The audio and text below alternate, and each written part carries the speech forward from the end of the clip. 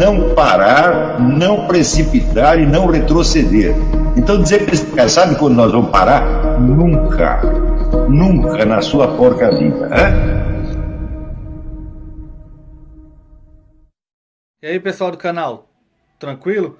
Então, antes do vídeo, quero pedir a vocês para apoiar o nosso canal, seja membro, participe do apoio, vaquinha ou de qualquer outra forma. A gente também deixa o Pix aí para vocês ajudarem o nosso canal. Estão vendo aí toda a censura que está acontecendo aqui no YouTube, em toda a grande rede social. Então é isso aí, para a gente continuar nessa luta, precisamos do apoio de todos vocês. Muito obrigado a todos, fiquem com o vídeo, sempre com Deus, pátria, família e liberdade. Valeu!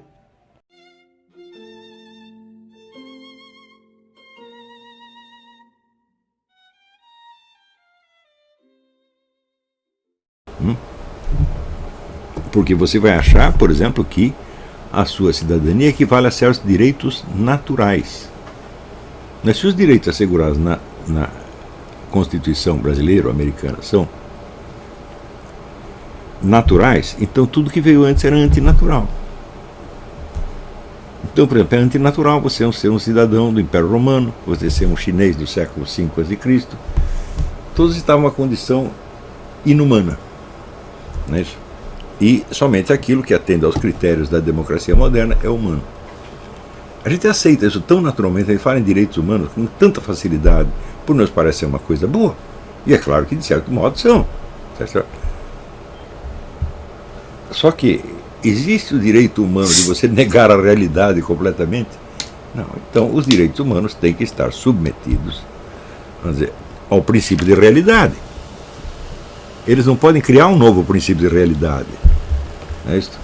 Então, mais ainda, os direitos, perguntinha, os direitos humanos pertencem ao indivíduo ou à comunidade. Então, preste atenção. Se se trata de um cidadão nascido em Nova York, em São Paulo, os direitos pertencem ao indivíduo. Mas se ele nasceu índio, os direitos são da comunidade. Então, por exemplo, nós não temos o direito de matar crianças, mas o índio tem. Por quê? Faz parte da cultura dele.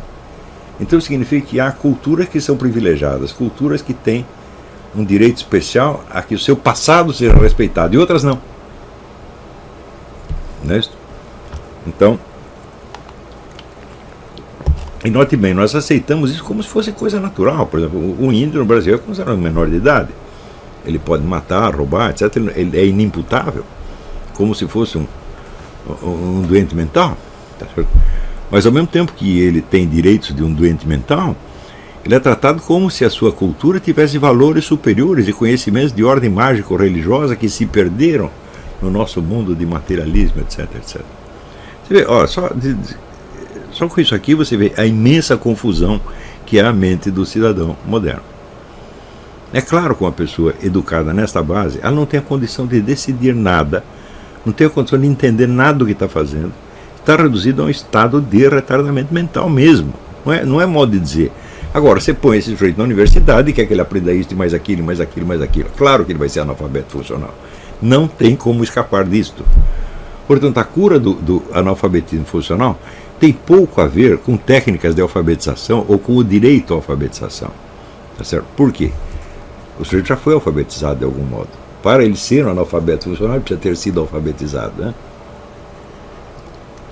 E o que o tornou analfabeto funcional não foi necessariamente a falha na alfabetização, mas o que ele recebeu depois dela.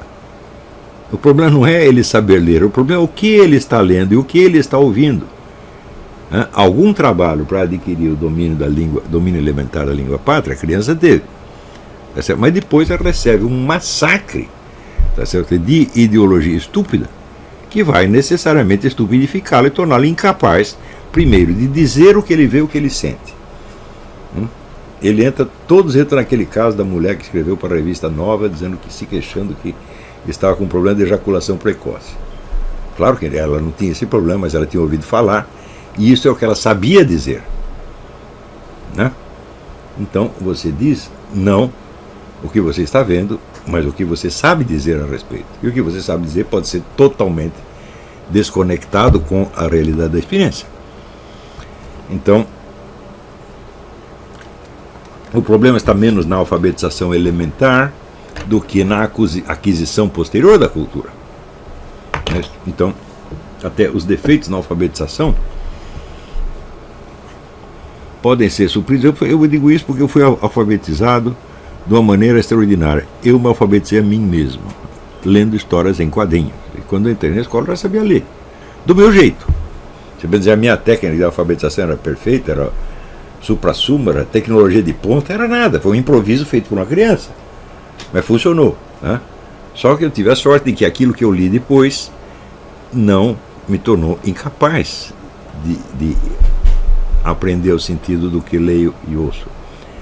Então, eu tive a sorte de ter fugido da escola com certa idade e de, bom, por exemplo, eu fugia da escola para ir, antes de eu escapar completamente da escola, eu fugia dela para ir para a biblioteca municipal. E é claro que na biblioteca municipal eu aprendia muito mais coisa do que na escola. Mas os caras que ficaram lá diziam, não, eu quero ficar aqui, adquirir meu diploma, etc, etc, quase todos se tornaram analfabetos funcionais. Por quê? Porque leram o que o establishment manda ler. E o establishment só manda ler o quê? Quem faz a mentalidade do establishment educacional brasileiro? O establishment globalista internacional. A ONU manda, os caras copiam igualzinho e passam para você. E você acaba virando idiota sem nem saber como. Tá certo? Ainda vai culpar a sua alfabetização. Não é isso? Então, claro que pode ter havido erros na alfabetização. Sobretudo hoje, quando a moldagem cerebral das pessoas já começa na alfabetização. Não por meio de doutrinação, isso é importante, mas por meio de impregnação vocabular. Porque há modos de dizer que são modos de pensar. Eu me lembro aqui do Richard Rorty, que dizia, nós não podemos...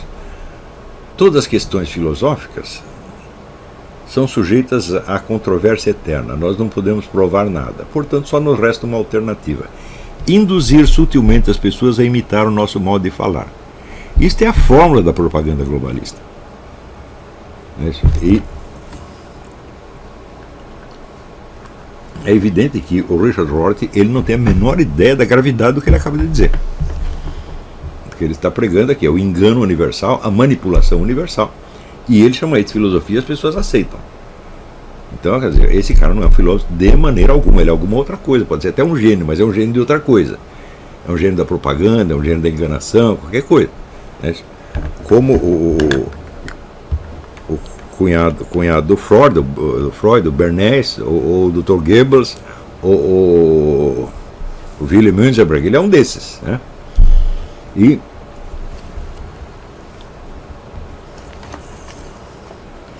vocês viram que o grande discípulo brasileiro do Richard Rorty é o Dr. Paulo Giraldelli. Preciso dizer mais? Né? Não preciso lembrar, né? O grande evento do nascimento anual do professor Paulo Giraldelli. Né? Então, o sujeito chega... Veja, no dia que eu li aquilo do Paulo Giraldelli, que ele diz que os homens primeiro praticavam o sexo anal, só tardiamente descobriram o sexo vaginal. O sujeito escreveu isso e ele não estava brincando. Né? Naquele momento aquilo lhe pareceu verossímil. Quer dizer, sua ânsia de defender a prática do sexo anal. Bom, tem muita gente que pratica sexo anal há décadas e nunca precisou criar uma ideologia em cima. Não é isso? Mas ele achou que precisava. Então ele criou essa justificativa, né, histórico-antropológica, sem notar que ele estava dizendo uma impossibilidade pura e simples. Porque se o sexo anal antecedeu o sexo vaginal, as pessoas foram geradas por via anal. Né? E você lê muito o Richard Rorty e você termina assim. Eu não estou brincando. O Richard Rorty é estupidificante. A obra inteira dele não é uma enganação, é muito pior do que isso. Provoca lesão cerebral. Eu acho que se examinar direitinho, a gente ficou lá estudando o Richard Rorty, impregnou tudo aquilo, faz um exame no cérebro dele, você vai ver que alguma coisa não está funcionando bem. Nós sabemos hoje que certos métodos de alfabetização, chamados socioconstrutivismo, produz lesão cerebral mesmo, não é brincadeira. Mas uma lesão cerebral muito pior é produzida por esse tipo de formação ideológica, a qual as pessoas dão o nome de doutrinação. Por quê? Porque é normal, vamos dizer, que à medida que os fenômenos históricos, sociais, culturais, são descobertos, o nome apropriado deles leva 30 ou 50 anos para entrar no uso geral. Então as pessoas sempre dão aos processos nomes de coisas parecidas de uma outra época. Por exemplo, dizem que na escola as crianças estão sofrendo lavagem cerebral. Não de jeito nenhum. Um prisioneiro num campo da China ou da Coreia que sofresse lavagem cerebral, ele sabia que aquilo era lavagem cerebral. Agora, o aluno que está na escola não sabe o que é. Então já não é lavagem cerebral. O soldado era mandado para um campo de reeducação, onde estava claro, nós vamos refazer toda a sua mentalidade aqui, goste ou não goste, queira ou não queira. Mas na escola ninguém diz isso para as crianças. Então, portanto, os processos usados na escola são completamente diferentes dos usados nos campos chineses. Por exemplo, no campo chinês, o sujeito era amarrado e obrigado a ouvir a mesma frase 10 mil vezes, 20 mil vezes. Alguém faz isso na escola? Não, ninguém faz.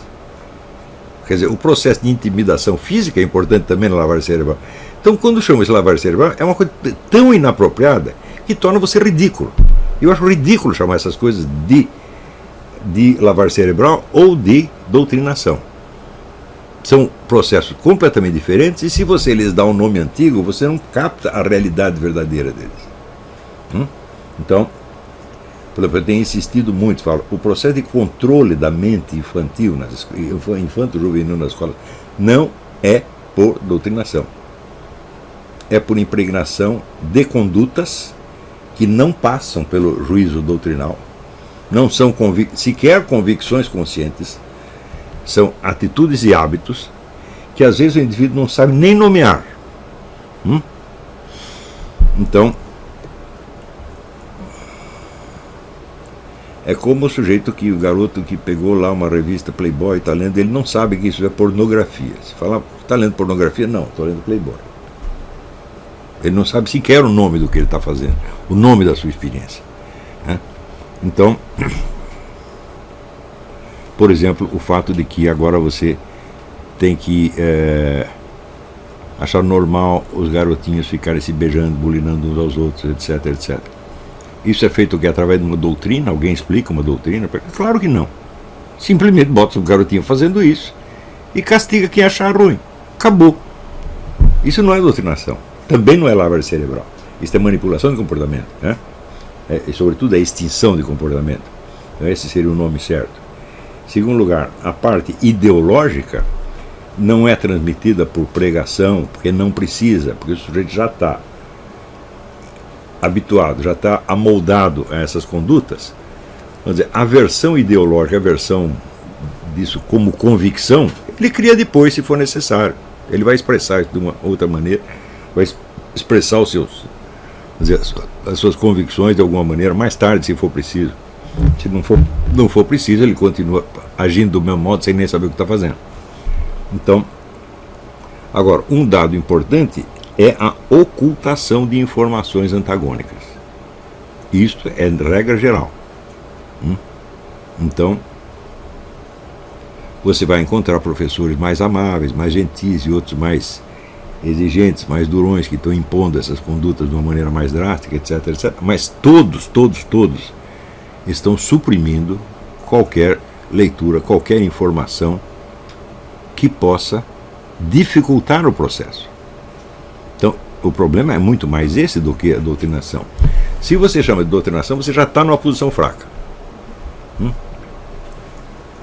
Eles certamente vão rir de você. Eles vão dizer, não estão fazendo doutrinação nenhuma.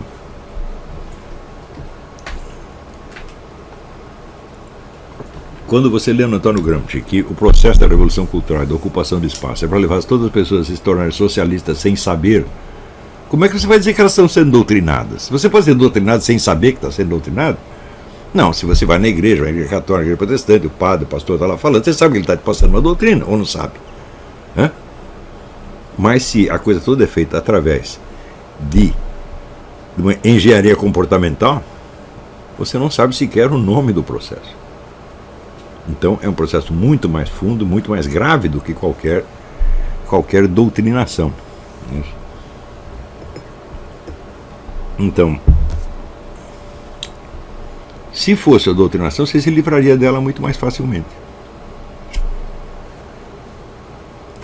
Porque eu, quando era jovem, eu mesmo me doutrinei a mim mesmo nos cânones do marxismo-leninismo. Eu ficava o dia inteiro lendo o manual de marxismo-leninismo da Academia de Ciências da União Soviética. E me impregnei de tudo aquilo. Só que foi o seguinte, fui eu que fiz.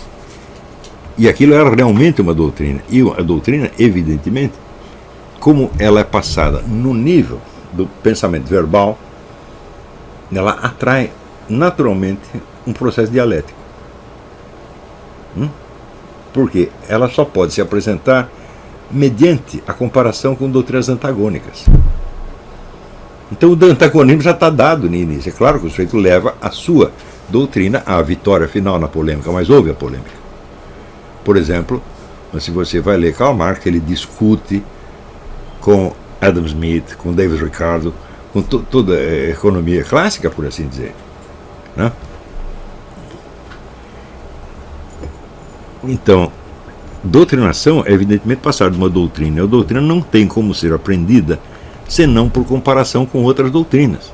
Então, o processo de doutrinação, por mais, vamos dizer, autoritário que ele seja, ele não impede ninguém de pensar. O processo pode ser muito desonesto, quer dizer, você pode esconder certos pontos, você pode falsificar a ideia adversária, etc. Mas alguma dialética tem lá, é impossível ter doutrinação sem dialética. Não tem. O próprio cristianismo, né?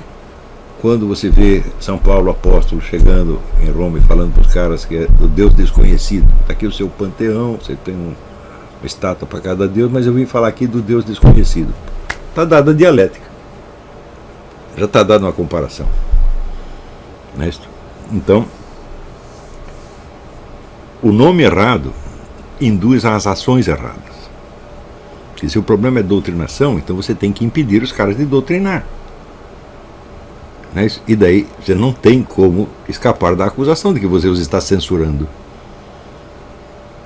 Entende qual é o meu problema com a Escola Sem Partido? Sempre foi esse, desde o início. Mas eu não creio ter sido compreendido. Então eu achava que a campanha podia ser muito mais simplificada e ser formulada em termos que ninguém poderia objetar. Então, isto, aliás, é uma técnica que esse pessoal, tanto os comunistas quanto os globalistas, sabe fazer muito bem, quer dizer, sabe expor as suas crenças nos termos de crenças que as pessoas já têm. Aqui nos Estados Unidos, por exemplo, é notável como o sujeito mais comunista da paróquia consegue expor a sua proposta em termos dos Founding Fathers, da Constituição Americana, né? Fazem isso. Isso é o mínimo que um propagandista tem de fazer. Você não pode chegar para o sujeito com uma ideia chocante, né? Você pode chegar com uma ideia chocante se o seu objetivo é chocar e fazer o sujeito pensar. Mas se você quer obter adesão, não. Você vai ter que usar, vamos dizer, algum recipiente, quer dizer, vai ter que dourar a pílula de algum modo. Tá certo? Isso corrobora com aquilo que você fala sobre se você só vence aquilo que você substitui. Não, não é só isso. Ela está perguntando se eu estou me referindo à frase do Nietzsche. Você só vence aquilo que você substitui, né? Aí não se trata de substituir, se trata de você usurpar. O adversário, não, aí você está usurpando, é diferente. Ah, entendi. Isso é uma usurpação, quer dizer, você está macaqueando o discurso dele em certos pontos, mas usando a forma do discurso dele para passar o seu conteúdo. Esse é um processo de usurpação e falsificação, não é isso?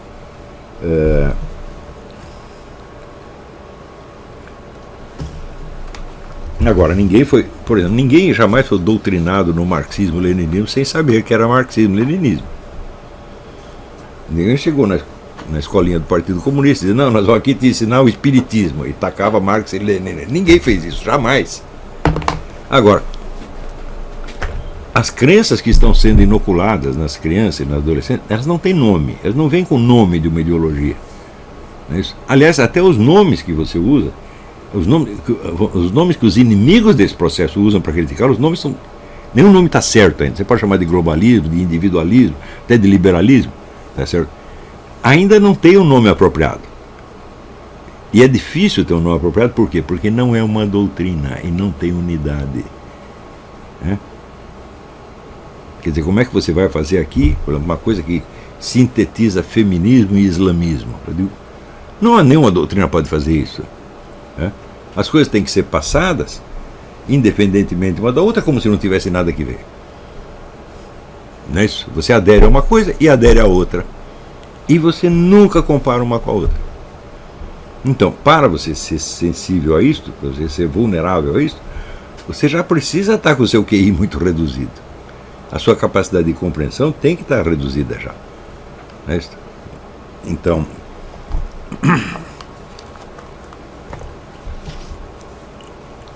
e note bem que essa crítica que eu estou fazendo não é aos ideólogos, aos defensores dessa coisa, é aos seus críticos também. Porque os críticos caem no mesmo erro. É muito difícil você combater, vamos dizer, um conjunto de crenças se você só tem o vocabulário que ele mesmo criou. Você precisa transcendê-lo, nomeá-lo de outras maneiras, definir de outras maneiras, descrever corretamente, etc, etc. Eu tenho tentado fazer isso há muitos anos e esta é uma das razões pelas quais o que eu digo está funcionando. E o que os nossos amigos liberais, conservadores, religiosos, etc., diziam não está funcionando. Né? Eles se limitavam a nomear as coisas com os mesmos nomes que os inimigos davam e dizer que são contra. Né? Eu digo, mas bom, mas o nome que eles dão é enganoso e você está caindo no mesmo engano. Né? Se você falar, não, a nossa ideologia é liberal, eu falo, não, claro que não. Ela tem pontos de convergência com a ideologia liberal, por exemplo, no diz respeito ao livre comércio, mas ela emboca no liberalismo, coisa que não tem nada a ver com ele. Como que você vai conciliar, por exemplo, o liberalismo com o islamismo? Não tem como. Mas então as duas coisas são vendidas juntas. Outra coisa, quer dizer, a capacidade de juntar elementos antagônicos e vendê-los como se fosse a mesma coisa é uma das características fundamentais dessa ideologia. Estou chamando de ideologia assim, com grano sales, né? Porque não é bem uma ideologia. Né? É uma outra coisa que eu mesmo não sei o nome. Né? Por exemplo, individualismo e coletivismo. Existem muitos críticos da ideologia globalista que dizem que ela é baseada no individualismo, portanto no hedonismo, no prazer, na satisfação própria, etc, etc. E opõe a isso de ideais coletivistas de ordem social, solidariedade, etc, etc. Mas acontece que o coletivismo ele só pode existir onde há um individualismo, meu Deus do céu.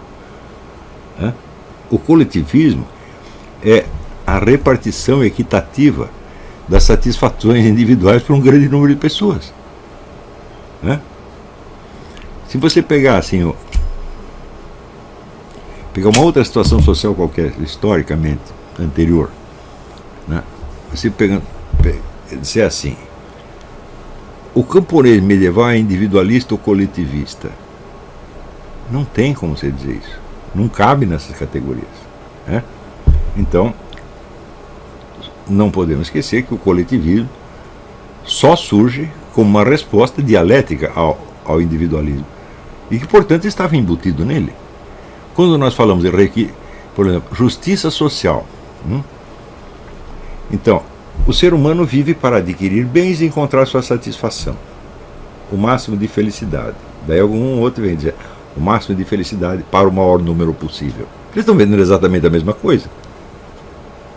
O coletivismo é o individualismo multiplicado por todos. Agora, se você disser, não, nós não devemos viver para nada disso, nós devemos viver para a vida eterna, por exemplo, isso é individualista ou coletivista? Não cabe. E você se esquece que durante milênios as pessoas viveram para a vida eterna.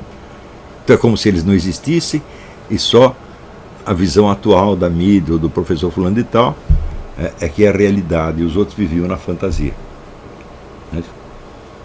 Quando eu estou aqui demonstrando que é justamente este tipo de mentalidade que coloca as pessoas dentro da fantasia. Não é isso? Então, eu lhes digo, sem um profundo domínio da linguagem literária, vocês não vão sair disso nunca. Porque é preciso aprender a dizer as coisas, a dizer o que você percebe, o que você sente. Tá certo? de maneiras que não sejam a mera imitação daquilo que você odeia. Está entendendo? Então, muito bem. Hoje, em homenagem a mim mesmo, eu vou encerrar a aula mais curta e não vou responder perguntas. Mas eu vou parar para comer um bacalhau que a Roxane fez aqui. E vou estar muito ocupado com isso. Então, vamos parar por aqui mesmo.